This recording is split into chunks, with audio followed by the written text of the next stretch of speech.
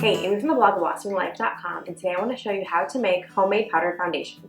So I've been making this recipe for 8 or 9 years now. When I had just gotten married and I started really pursuing this life of more natural living, and at the time there really wasn't very many options for natural makeup, and the natural options that there were pretty expensive.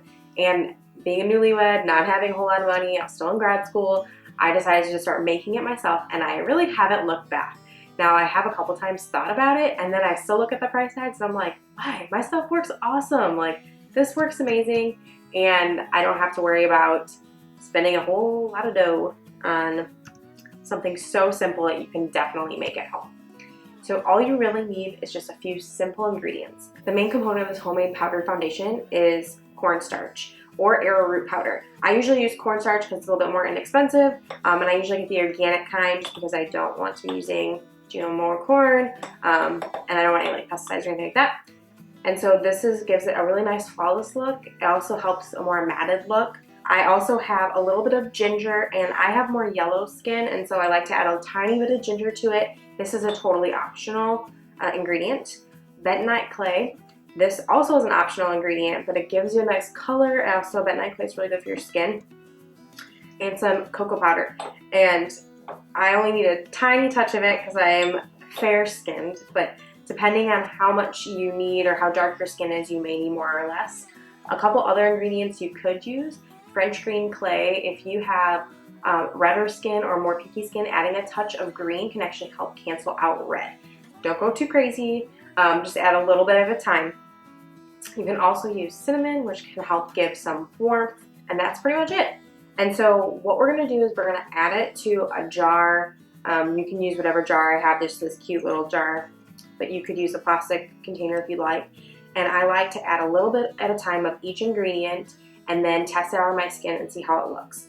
I'm not going to give you my specific recipe because your skin tone is going to be different than my skin tone, and even depending on the season, we're heading into winter now, and so my skin tone is going to be different than it was, a couple months ago. And so you can kind of play around with this and really develop something that will work for your skin. Okay, so I'm going to add some cornstarch.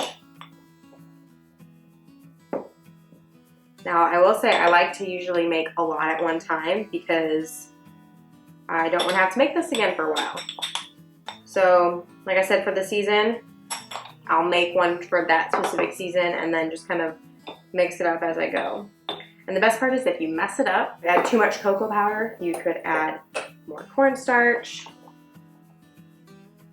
Now, with bentonite clay, you have to be careful. You don't want to use metals with it. And I'm just going to add a little bit of ginger. Definitely smell that ginger. A little more cocoa powder.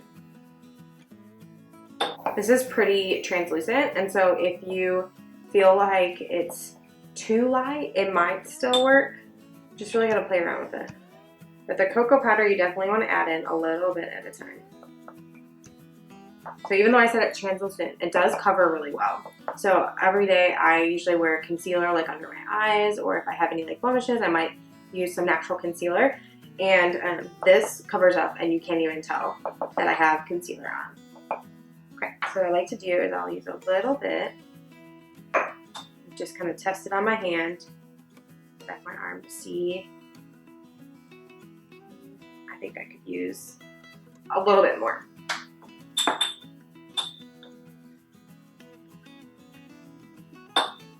Best part is if you do say put it on and you're like, whoa, it looks really dark today or something like that, you could just come back, add a little bit more ingredients. Keep adding it. I'd rather add a little bit at a time rather than like a ton at a time and then have to work backwards. It's always easier to make it a little bit darker than it is to have to brighten it up. In another YouTube video I created, I shared my DIY dry shampoo, which is my absolute favorite. Here's the little tip. You could go check that video out, but you could also use this.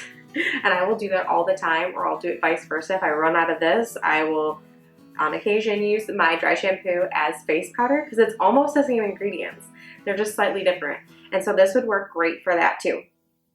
But that's it. Isn't that simple? Now you've made your really cheap and inexpensive natural homemade foundation powder, and it will look great, it feels great, it wears great. I hope you love it as much as I have loved it over the past few years. For more information about the ingredients to use and exactly what ingredients to use, you can look in the description box. I will link the blog post that has all that information. I will also link below if you're getting into natural living and you don't really know where to start. One great way is buy your homemade cleaning products. And so I will tag my free ebook with 5 of my favorite homemade cleaning products on it. Thanks so much for stopping by A Blossoming Life YouTube channel. I share DIY projects, natural products, and simple recipes. Make sure to like, subscribe, and share with your friends. And tag me on Instagram if you try your own homemade foundation and how much you love it. And I'll make sure to share it also. Thanks for stopping by.